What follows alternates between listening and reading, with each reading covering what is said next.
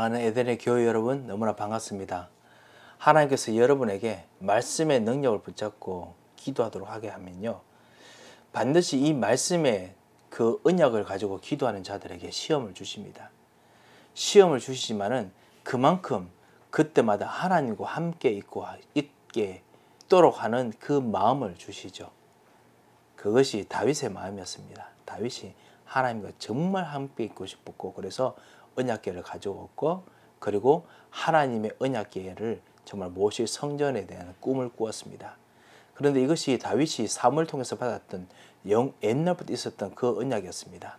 우리로 말하면 하나님, 주 여호와 하나님, 메시아의 하나님, 희생제사의 하나님, 그리고 하나님 나라, 그리고 성령 충만, 아니면 정말 하나님께 주시는 나라를 통한 참된 하나님의 힘, 하나님 나라의 힘, 이거를 정말 계속 언약으로 붙잡았습니다.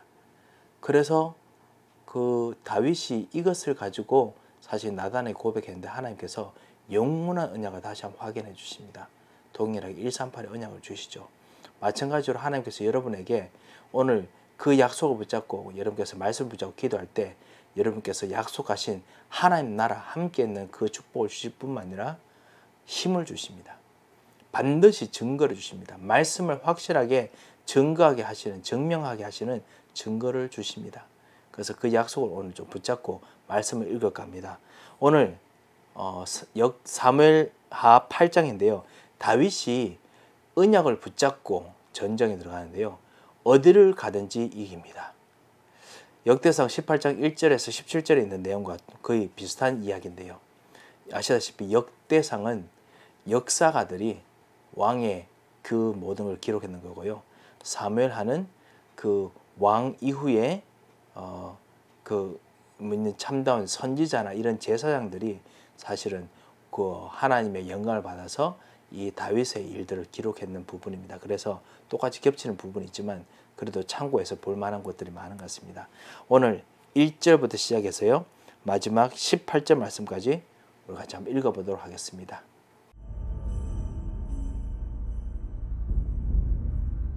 그 후에 다윗이 블레셋 사람들을 쳐서 항복을 받고 블레셋 사람들의 손에서 메덱 암마를 빼앗으니라. 다윗이 또 모압을 쳐서 그들로 땅에 엎드리게 하고 줄로 재어 그 두 줄 길이의 사람은 죽이고 한 줄 길이의 사람은 살리니 모압 사람들이 다윗의 종들이 되어 조공을 드리니라.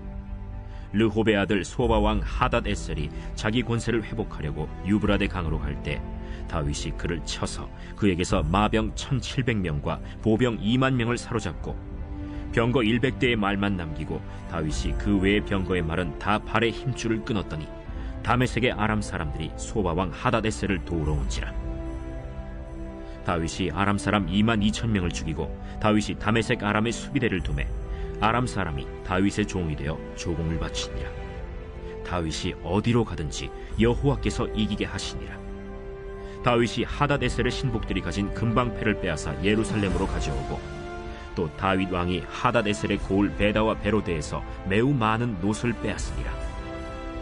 하맛 왕 도이가 다윗이 하닷 에셀의 온 군대를 쳐서 무찔렀다 함을 듣고 도이가 그의 아들 요람을 보내 다윗 왕에게 문안하고 축복하게 하니 이는 하닷 에셀이 도이와 더불어 전쟁이 있던 터에 다윗이 하닷 에셀을 쳐서 무찌름이라.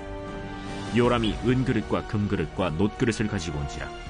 다윗 왕이 그것도 여호와께 드리되 그가 정복한 모든 나라에서 얻은 은금 곧 아람과 모압과 암몬 자손과 블레셋 사람과 아말렉에게서 얻은 것들과 소바왕 르홉의 아들 하닷 에셀에게서 노력한 것과 같이 드리니라. 다윗이 소금 골짜기에서 에돔 사람 18,000명을 쳐 죽이고 돌아와서 명성을 떨치니라. 다윗이 에돔의 수비대를 두되 온 에돔의 수비대를 두니 에돔 사람이 다 다윗의 종이 되니라. 다윗이 어디로 가든지 여호와께서 이기게 하셨더라. 다윗이 온 이스라엘을 다스려 다윗이 모든 백성에게 정의와 공의를 행할세 스루야의 아들 요압은 군사령관이 되고 아힐루스의 아들 여호사밧은 사관이 되고 아휴두베의 아들 사독과 아비아달의 아들 아히멜렉은 제사장이 되고 스라야는 서기관이 되고 여호야다의 아들 브나야는 그렛 사람과 블렛 사람을 관할하고 다윗의 아들들은 대신들이 되니라. 다윗이 언약을 받았지 않습니까? 언약을 받고 난 후에 하나님께서 하나님 나라에 대한 그 성전, 하나님 성전에 대한 약속을 주신 이후에 하나님께서 언약대로 성령 충만함의 그 힘이 얼마나 나타나는지, 권능이 얼마나 나타나는지 하나님의 권세와 능력을 다윗에게 보여줍니다. 이것이 오늘 말씀입니다. 여러분께서도 말씀을 받으시고 언약을 붙잡을 때 하나님께서 권능을 주십니다. 땅끝까지 이르러 증인이 될 수 있는 만큼 권능을 주십니다. 이 말씀의 능력을 붙잡으시기 바랍니다. 다윗이 블레셋 사람들을 쳐서 항복을 받고 블레셋 사람들 손에서 메덱 암마를 빼앗았느니라 라고 오늘 1절에 나오지요. 메덱 암마, 어떤 블레셋의 지역인데 사실 구체적으로 어느 지역인지를 확인되지 않습니다만요.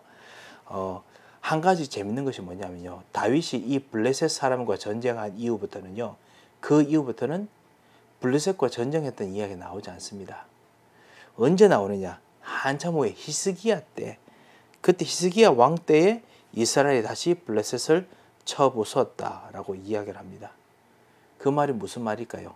블레셋이 그 이후에 사실은 힘을 못 썼단 말입니다. 다윗이 전무후무하게 엄청나게 블레셋을 이겼다라는 뜻이죠. 블레셋에 힘을 쓰지 못했습니다. 성경학자들이 많이 이야기하는 것이요. 이 당시 때 다윗이 왕이 되면서 고대 이집트의 이집트와 메소포타미아 제국들이 그 세력들이 다소 약해진 상태에 있었기 때문에 다윗이 이와 같은 국제 정세를 이스라엘에게 유리하게 이용할 수 있었다라고 이야기합니다. 하나님께서 국제 정세를 그렇게 만들으셨어요. 그럼 국제 정세가 약해지면 블레셋도 더 강해져야 되는데요. 이 강해질 블레셋을 확 눌러버렸습니다. 그러니까 얼마나 진짜 하나님께서 큰 증거와 힘을 주시는지 아시겠지요. 하나님께서 여러분 하여금 주변에 일어난 모든 흑암의 세력들, 흑암 경제들 하나님께서 진짜 언약 붙잡고 있을 때요. 진짜 블레셋처럼 눌러버리십니다. 보이지 않게 하지요. 그래서 그리고 모압을 또 칩니다. 모압 나라가 계속 괴롭혔지요. 그래서 모압 사람들이 조공을 드린다라 라고 했죠. 작은 사람만 남겨놓고 다 이제 사라지겠지요. 그 다음에 3절에 보면 르홉의 아들 소바왕 하닷 에셀에 대한 이야기가 7절까지 나옵니다. 성경학자들이 잘 비교해 보니까 사무엘하 10장에서 12장에 다시 이 이야기가 나옵니다. 근데 잘 읽어보면은 오늘 그 소바왕 하닷 에셀이 3절에 보면 자기 권세를 회복하려고 유브라데 강으로 가매라고 했지요. 그런데 10장에서 12장은 유브라데 강 가기 전인 것 같습니다. 그래서 전체 스토리를 보면 대강 이렇습니다. 뭐냐면요. 하달 헤셀의 군대가 다윗과 한번 싸웠습니다. 이 아람 사람들이 있는 그 군대인데요. 대부분 다 시리아 지역입니다. 아수르가 나중에 일어날 부분이지만요. 지금 힘을 아직 못 쓰고 있습니다. 시리아 사람들인데요. 그래서 싸웠는데 참패를 당했어요. 그리고 하닷 에셀을 도우려고 축종했던 아람의 그 작은 나라들도 그 다윗에게 패하고 이스라엘과 화친했습니다. 하닷 에셀은 이제 자기밖에 안 남았어요. 그래서 상황이 이와 같이 전개되자 하닷 에셀이 유브라데 강에 있는 지옥으로 가서 거기서 자기의 지배를 완전히 다시 한번 펼치려고 노력을 했던 것입니다. 그래서 이 전쟁이 지금 일어나고 있었는 것입니다. 그래서 전쟁하는데요. 그때 다윗이 다시 한번 그곳에서도 마병 1700과 보병 2만 명 사였고 병거 100대의 말만 남기고 다윗이 그 배의 병거의 말들은 발의 힘줄을 다 끊어다겠죠. 발의 힘줄을 끊으면은 말이 별로 힘을 못 씁니다. 그러면 말이 죽느냐? 사실 그 이후에 그 말들을 그냥 농사하는데 그런 데 썼다고 합니다. 근데 병거는 사실 지금의 우리로 비교하면 예전에 말씀드렸듯이 탱크와 같습니다. 아주 진짜 무서운 무기였습니다. 이 병거를 다윗이 이겨냈습니다. 그래서 병거를 그 힘줄을 끄는데요. 병거 힘줄을 끄는 그 이유가 아무래도 그 율법의 지시 따라서 되지 않았을까라고 봅니다. 그 신명기 17장 6절을 보면 병마를 많이 두어서는 안 된다라고 하나님께서 명령을 하셨습니다. 그래서 그에 따라서 조금만 좀 남겨두고 나머지는 다 없앴던 것 같습니다. 말씀을 따라 사는 사람이죠. 언약 붙잡고 가는 사람이지요. 그래서 그러고 나니까 다메섹 사람, 아람 사람들이 다시 또 도웁니다. 같은 아람 사람 종류니까요. 다메섹 사람들 와서 도우러 왔는데 또 아람 사람을 또 이깁니다. 다윗이 어디로 가든지 여호와께서 이기게 하시니라 라고 이야기를 합니다. 성경은 다윗이 전략을 잘 썼다, 잘 싸웠다 라고 이야기하지 않습니다. 성경은 다윗이 이기게 된 것은 하나님의 은혜이다 라고 이야기를 합니다. 그리고 하단에서의 신복들이 가진 금방패도 뺏어서 가져오고요. 쉽게 말하면 모든 걸 완전히 대승을 했단 말이죠. 그리고 하맛 왕 도이도 하단에서의 온 군대를 무찌르다 함을 듣고 이제는 항복을 합니다.